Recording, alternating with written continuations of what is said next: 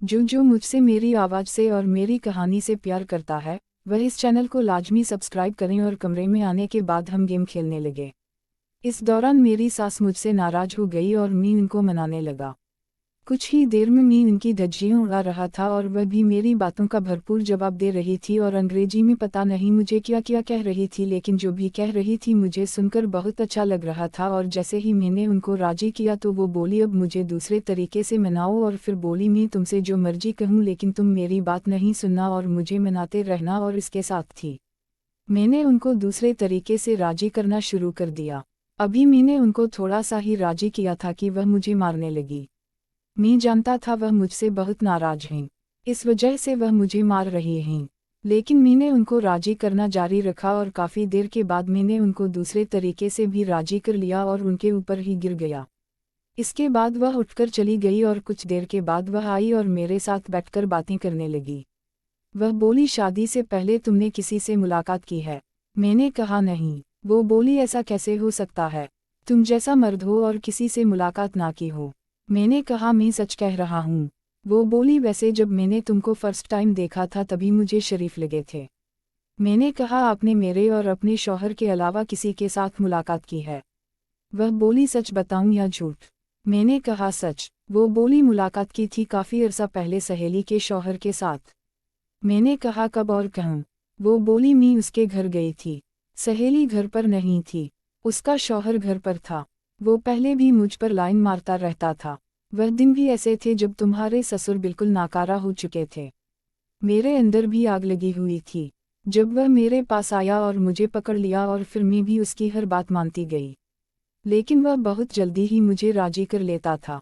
मैंने कहा, फिर? वो बोली, मैंने गुस्से में उसे बहुत बातें सुनाई। जब हिम्मत नहीं थी तो मुझे पटाया क्यों? लेकिन वह कुछ ना बोला और मैं वापस आ गई। मैंने कहा, इसके बाद कभी किसी से मुलाकात की? वह बोली, नहीं, इसके बाद सिर्फ तुम्हारे साथ ही मुलाकात की है। इसके बाद मैंने उन्हें 2-3 दफ़ा और राजी किया और हम सो गए। सुबह सुबह के 8 बजे बेल बजी तो हमारी आँख खुली। सास बोली, तुम लेटे रहो, मैं देखती हूँ।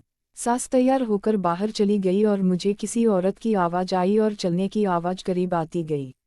सास की आवाज़ी, शहनाज इधर आओ ना। बैठते ही, शहनाज क्यों इधर, क्या है? बेड पर मजा आता है बैठने का। मेरी सास रोकती रही लेकिन वह अंदर आ गई। सामने सोफे पर सास के कपड़े पड़े थे। दरवाजे के बाहर से ही शहनाज बोली, साई कपड़े कैसे रखती हूँ? जैसे वह अंदर आई बेड पर कंबल में मुझे देखा तो हैरान हो गई। मैं बिल्कुल बेपर्दा था लेकिन कंबल लिया हुआ था। शहनाज ने फिर रूम में नज़र घुमाई और मेरे कपड़े देखे और बोली, साई यह तुम्हारा दामाद है ना? और यह सब क्या है? मेरी सास बोली, शहनाज तुम मेरे साथ आओ, मैं तुम्हें बताती हूँ। शहनाज मेरी सास के साथ चली गई साथ वाले रूम में और लॉक कर दिया और सारी बात बताई। मैं आवाज़ सुनता रहा। मेरी सास ने कहा, शहनाज किसी को बताना नहीं प्लीज़। शहनाज, लेकिन तुम यह कैसे कर सकती हो? मेरी सास बोली, बस हो गया शहनाज। कैसे सास, तुमको मेरे शौहर का पता है ना? शुगर ने उनको बेकार कर दिया है। शहनाज, तो तुम अपने बीवी के शौहर के साथ ही सास और क्या करती? शहनाज, कब से मिल रही हूँ? मेरी सास बोली, साल हो गया है। शहनाज, उफ सास यह बात किसी को बताना नहीं। शहनाज, मुझे क्या मिलेगा ना बताकर? मैं बेवा औरत हूँ। सास क्या होगी? पैसे चाहिए बोलो। शहनाज, पैसे नहीं चाहिए। मेरी सास बोली, फिर क्या चाहिए? शहनाज, जो तुम कर रही हो उसके साथ ही। मेरी सास बोली, यह क्या बदतमीजी है? शहनाज, बदतमीजी नहीं, मुझे चाहिए तो यही बस, वरना बता दूंगी तुम्हारी बेटी को। मेरी सास बोली, कब? शहनाज, मौका भी है, टाइम भी है, तो क्यों ना अभी हो जाए यहीं। मेरी सास बोली, मैं आम से पूछ लूँ? शहनाज, मेरे सामने बात करो। मेरी सास बोली, ठीक है। फिर वह मेरे कमरे में आने लगी तो मैं लेट गया। मेरी सास आई और बोली, मैं तुमसे ज़रूरी बात करनी है। मैंने कहा, जी बोले। वो बोली, शहनाज भी मेरी तरह बहुत उदास है। यह बेवा है, चुप रहने के लिए कह रही है कि इसको अभी तुमसे मिलना है। मैं दिल ही दिल में बहुत खुश हो रहा था, मगर हैरानी से बोला, लेकिन मैं उनसे कैसे मिल सकता हूँ? शहनाज बोली, जैसे अपनी सास को सुख दे रहे हो वैसे मुझे भी दे दो। तुम्हारा क्या जाएगा, मैं इतनी भी गई गुजरी नहीं हूँ। मैं कुछ ना बोला और उसकी तरफ देखने लगा। शहनाज वाकई खूबसूरत थी। मेरी सास बोली, मैं बाहर हूँ, तुम बातें कर लो और अगर कुछ और भी करना हुआ तो कर लेना। वो मुस्कुराते हुए चली गई। शहनाज ने दरवाज़ा बंद किया और मेरे पास आई। शहनाज, तुम घबराओ नहीं, मैं तुम्हें तुम्हारी सास से भी ज्यादा खुश रखूंगी। मैंने कहा वो कैसे? वो मेरे करीब आई और मुस्कुराती हुई मेरे साथ लग गई और मुझसे बातें करने लगी। उससे आने वाली खुशबू मुझे पागल करने लगी। मैंने कहा आपकी कितनी उम्र है? शहनाज बोली 38 साल की हूँ और तुम्हारे लिए गुड न्यूज़ है। मैंने कहा वो क्या? शहनाज पिछले 4 साल से मैंने मुलाकात नहीं की। मैंने कहा अच्छा किया बेवा होने के बाद किसी से। शहनाज बोली मोहल्ले के एक लड़के से मिलती थी लेकिन वह दुबई चला गया और किसी से नहीं मिली। मैं सोचने लगा फिर तो आज सुबह नाश्ता बहुत ही अच्छा होगा। अगर तुमने मुझे राजी कर लिया तो वादा है कि सास के साथ तुम्हें भी राजी रखूंगा। और फिर मैंने उसको अपने साथ लगा लिया और बातें करने लगा और फिर मैंने उसे धक्का देकर बेड पर लिटाया। वह मुझसे बहुत नाराज थी और फिर मैं उसे मनाने लगा। शुरू में तो वो राजी नहीं हो रही थी। फिर जैसे ही मैंने उसे मनाना शुरू किया तो वह भी खुश हो गई और फिर मैंने उसे राजी कर लिया। उसके बाद वह उठकर चली गई। कुछ देर बाद वापस आई। बेड पर मेरे पास बैठी और बोली अब जब आओ तो शाजिया को कहना मुझे भी बता दिया करें। मैं मुस्कुराते हुए कहा ठीक है। उसने दरवाजा खोला तो सास साथ ही खड़ी थी। शहनाज तुम्हारा दामाद बहुत कमाल का है। मेरी सास बोली अब अपना मुंह भी बंद रखना शहनाज, घबराओ नहीं। अब तो तुम्हारे दामाद के साथ काम चलता रहेगा। फिर सास उसे छोड़कर आई और वापस आई तो सास परेशान थी। मैंने कहा फिक्र ना करो, अब नहीं बताती। सास वो तो पता है लेकिन तुम किस किस से मुलाकात करोगे यह तो जान नहीं छोड़ेगी। मैंने कहा फिक्र ना करो। सास बोली तुम कहीं मुझे छोड़कर उसके पीछे तो नहीं लग जाओगे। मैंने कहा अरे नहीं ऐसा कैसे हो सकता है। वो बोली आमा मुझे कभी नहीं छोड़ना, मुझे तुम्हारी बहुत ज़रूरत है। मैंने कहा आप फिक्र क्यों करती हैं, मैं हूं ना। उसके बाद मैं घर आ गया तो नीलम ने पूछा अम्मी की तबीयत कैसी है अब? मैंने कहा ठीक है। तो नीलम ने मुझे कॉलर से पकड़ा और मुझे कमरे में ले गई और बोली पता है मैं रात कितनी उदास रही हूँ। और फिर मैंने नीलम को भी राजी किया। फिर रूटीन ऐसे ही चलती रही लेकिन ज़िंदगी ने कुछ अजीब मोड़ ले लिया था। वो यह हुआ कि हम घर बैठे थे तो अचानक कॉल आई कि ससुर की डेथ हो गई है।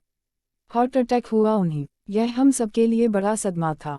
बस फिर हमारे वह दिन बहुत परेशानी में गुजरे और सभी ने रो रो कर बुरी हालत बनाई हुई थी।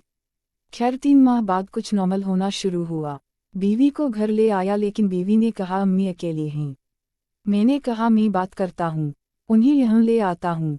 बीवी ओक बात करें। मैं उस दिन अपने ससुराल वापस आ गया तो सास ने मुझे देखा तो मेरे गले लगकर फिर से रोना शुरू हो गई। मैंने दरवाज़ा बंद किया और दिलासा देते हुए उन्हें कमरे में ले गया और समझाने लगा। लेकिन वह बहुत टेंशन में थी। मैं उन्हें काफ़ी देर तक समझाता रहा लेकिन वह समझ नहीं रही थी। फिर मुझे एक तरकीब सूझी। मैं उनको मनाने लगा। वो बोली नहीं आम अब मेरी सब ख्वाहिश मर गई हैं। मैं बोला कैसी बातें कर रही हैं, मरने वाले के साथ मरा नहीं जाता। आप अभी भी जवान हैं, जिंदगी भर इस गम के साथ तो नहीं जी सकती। वह उठकर जाने लगी। मैंने उन्हें पकड़कर खींच लिया। वह एक स्टैचू की तरह लेट गई और मैं उनको मनाने लगा। लेकिन वह एक जिंदा लाश थी। लेकिन अभी 5 मिनट ही गुजरे थे कि उन्होंने मुझे अपने साथ लगा लिया। और जब मैंने उन्हें राजी कर लिया तो बोली क्यों मुझे वापस ला रहे हो, मैं अब यह सब भूलना चाहती हूँ। मैंने उसको मुस्कुराकर कहा अब मुझे अपनी आदत डालकर खुद यह सब भूलना चाहती हो। वह बोली तुम्हारे ऊपर हक मेरी बेटी का है, मेरा नहीं। मुझे गलत लगता है कि मैं अपनी बेटी का हक मार रही हूँ। मैंने कहा उसे हक मिल रहा है, आप इस तरह की बातें ना सोचा करें।